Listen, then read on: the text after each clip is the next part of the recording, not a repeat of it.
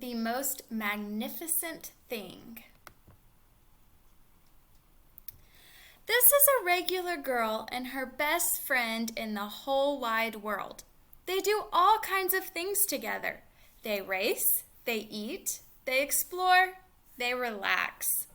She makes things, he unmakes things. One day, the girl has a wonderful idea. She is going to make the most magnificent thing. She knows just how it will look. She knows just how it will work. All she has to do is make it.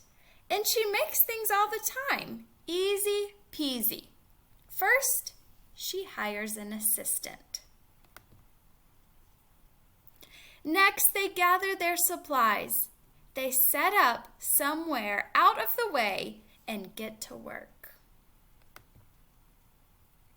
The girl tinkers and hammers and measures while her assistant pounces and growls and chews. When she is finished, she steps back to admire her work. She walks around one side. Her assistant examines the other side. It doesn't look right. Her assistant picks it up and gives it a shake. It doesn't feel right either. They are shocked to discover that the thing isn't magnificent or good. It isn't even kind of sort of okay. It's all wrong. The girl tosses it aside and gives it another go. She smooths and wrenches and fiddles. Her assistant circles and tugs and wags.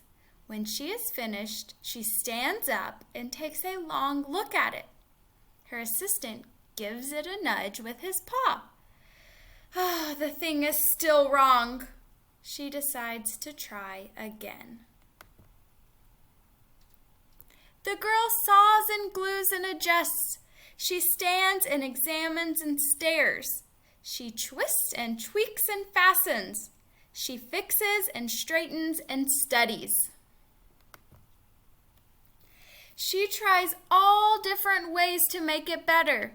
She makes it square. She makes it round. She gives it legs. She adds antenna.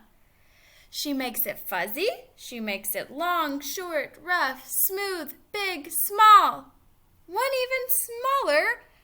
even smells of stinky cheese. But none of them are magnificent. Her hard work attracts a few admirers, but they don't understand. They can't see the magnificent thing that is in her mind. She gets mad.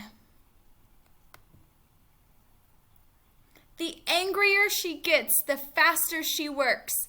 She smashes pieces into shapes. She jams parts together. She pummels the little bits in. Her big hand feels too big to work. And her brain is too full of all the not right things.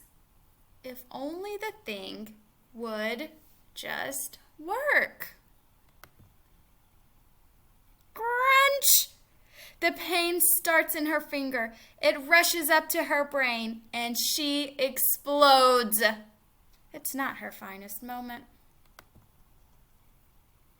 I'm not good at this. I quit. Her assistant suggested a walk.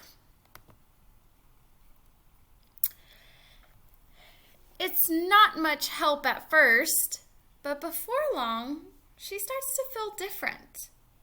Bit by bit, the mad gets pushed out of her head. As they stroll along, she comes across the first wrong thing she made. The bad feelings are about to start all over again. Then she notices something surprising.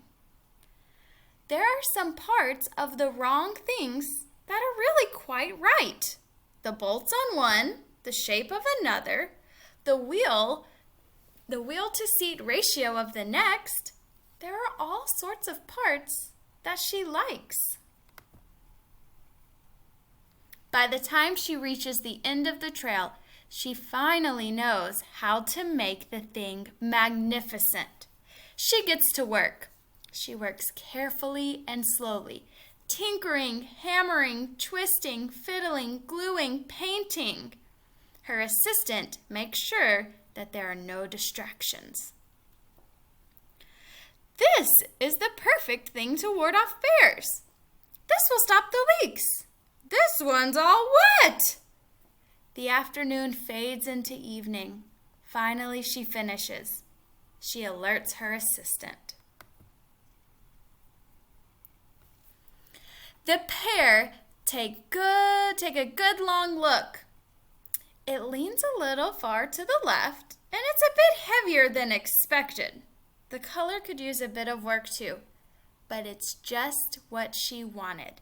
They climb aboard and take it for a spin. They are not disappointed. It really is the most magnificent thing.